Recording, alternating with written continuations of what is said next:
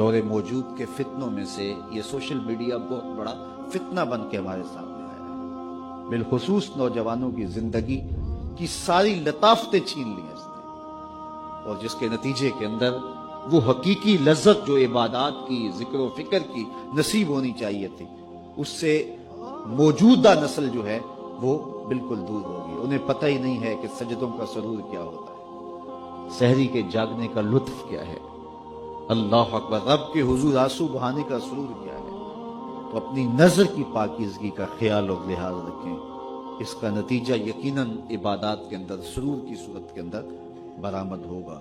اللہ آپ کی حفاظت کرے، اور ہر جان یہ دیکھے اس نے آنے والے کل کے لیے آگے کیا بھیجا ہے۔ یہ دنیا بوائی کا موسم ہے، آخرت کٹائی کا موسم ہے۔ بوائی کے موسم میں جس نے تخم عمل ڈال لیے، کل کٹائی کے موسم میں کچھ کاٹ لے گا۔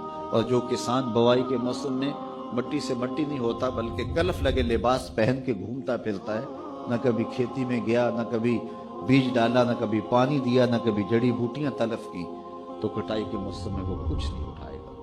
یہ دنیا کھیل کود نہیں ہے، یہاں ہم کھیلنے کودنے کے لیے نہیں آئے ہیں، ہم یہاں کچھ کام کرنے کے لیے آئے ہیں۔ بہت تھوڑا وقت ہمیں ملا ہے، 60 سال، 50 سال، 70 سال کیا وقت ہوتا ہے؟ وہ میرا ایک دوست نکال رہا تھا کہ 60 سال اگر زندگی ہے، 50 سال، تو اس میں 8 گھنٹے روز سونا ہو، تو اگر 45 سال زندگی ہے تو 15 سال تو یہ نکل گئے، باقی 30 سال بچے۔ تو اس طرح 8-10 سال بچپن کے جو مدہوشی کے تقریباً ہیں وہ بھی گزر گئے۔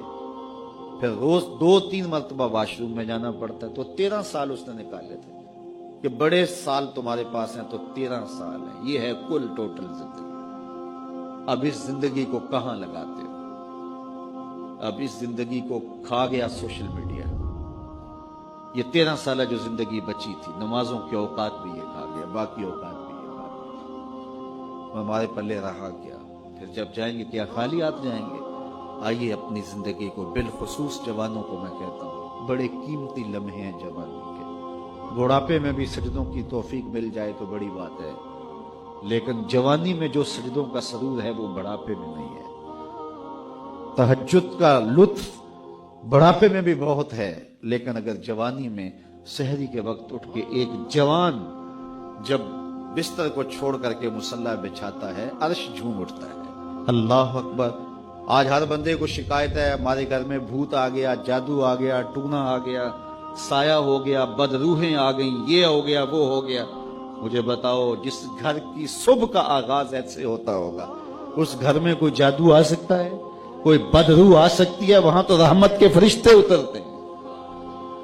پھر تمہیں کسی ملنگ بابے کے پاس جانے کی ضرورت نہیں ہوگی، ہر اتوار کو چکر کاٹنے کی ضرورت نہیں ہوگی کہ کہیں یہاں تعویذ پڑے ہیں، یہاں تعویذ پڑے ہیں۔